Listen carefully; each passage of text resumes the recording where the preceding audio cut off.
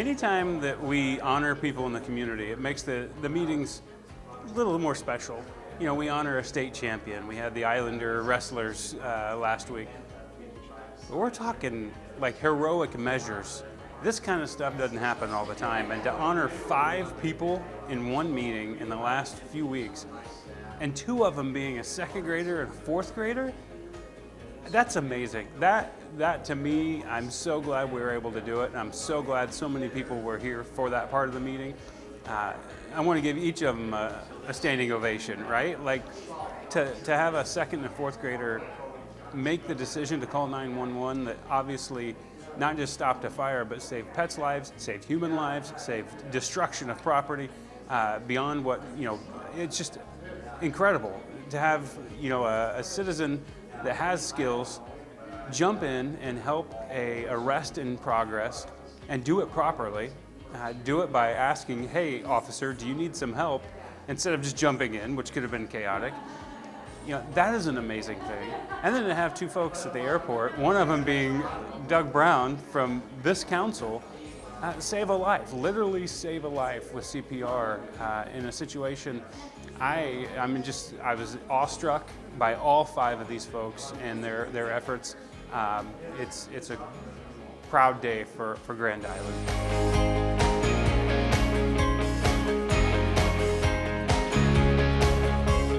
My biggest takeaway from tonight's finance presentation, honestly, it's the conservative approach the city has taken over the years. I sometimes laugh. I don't know that I've ever said, let's be conservative very loudly outside of financial. And this is why, right? When you get into a situation where you can have chaos in Washington that we have right now, where we don't know what kind of impact it's going to be day to day on a city like Grand Island. And we know it can be huge. Things that happen there can be huge. Things that happen in Lincoln can really impact Grand Island. We don't know what's necessarily going to end up happening there. So to be in a situation where we can weather storms of chaos, out of our control, doing what we do and doing it right, I would love to take a bunch of credit for that, for being on a council that has been so wise. But it predates me. It predates a lot of us on council. There's been times where it was lean, and they learned from that. And to be able to learn from those council members and understand what they've seen to prevent us from having to see that again, my aha is just a gratitude for the conservative approach. To not get overexcited when you see buckets of money, but to think, how are we going to handle this in 4 years, in 6 years? Councils down the road, how are they going to be able to handle this if we don't leave them with options? So that's a gratitude I have for the folks that came before me.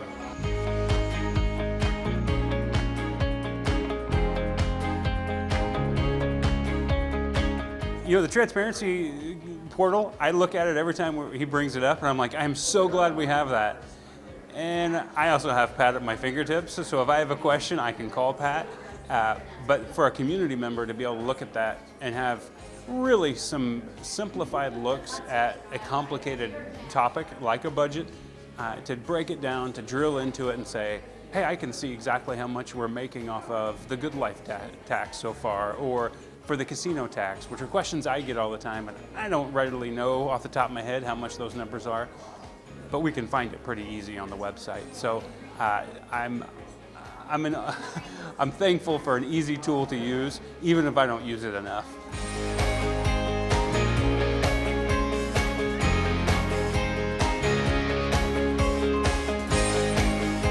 The hotel tax has been around long enough to help us keep the event center going. And I expect to use it for something related to the event center. A lot of these special taxes, occupation taxes, whether it's food and beverage or a half-cent sales tax, it's typically earmarked for something we know about. And those things have cost, and they've served us well. We obviously have to analyze each one of them. With the hotel tax, specifically saying, okay, we need the event center to be funded for the different things that fund goes towards, but it's probably going to go higher than that when we have more hotel rooms getting used more often. And these things should build upon themselves as we promote Grand Island stronger and stronger. So I think there's going to be some things we can open doors with to say, in addition to, here's some things we'd like to spend that money on. And I think it should all be part of a strategic plan that we have for all of our funding in the city.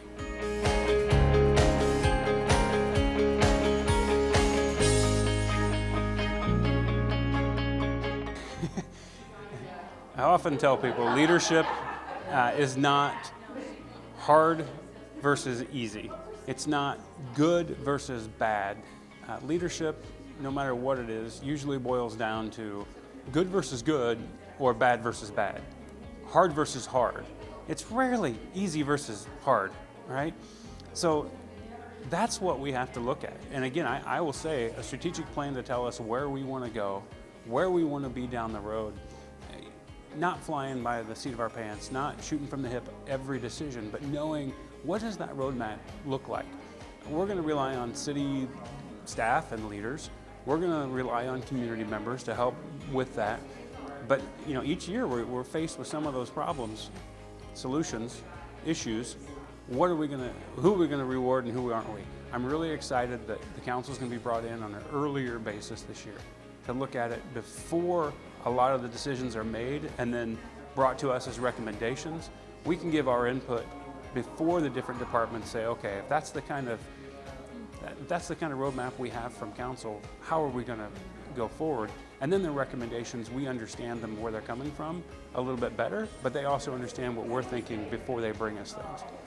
I know last year it was hard to say no to certain things that maybe if we would have been on the front end of, might have gone a little differently. So that's a long way of saying it's a tough job, but the community expects that of us.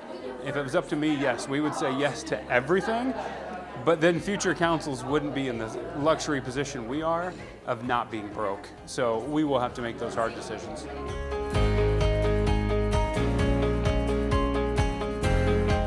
Tonight we not only honored those heroes. I get excited when I see our city staff that are a part of this budget in action.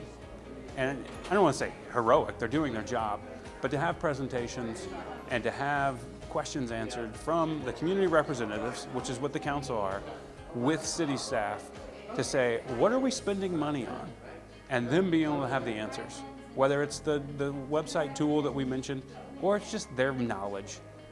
We're fortunate in the city to have people that know just a lot of information about how we're spending our money to where we can make wise decisions. That we are in a luxurious position to have options, and we can weather chaos.